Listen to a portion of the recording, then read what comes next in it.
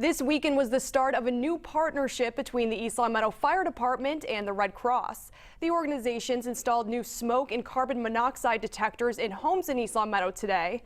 This is the first year the East Longmeadow Fire Department has participated in the Red Cross smoke detector installation program. The Red Cross hopes this program will help prevent future fires. We found that through research that after 10 years they're not as effective as they could be.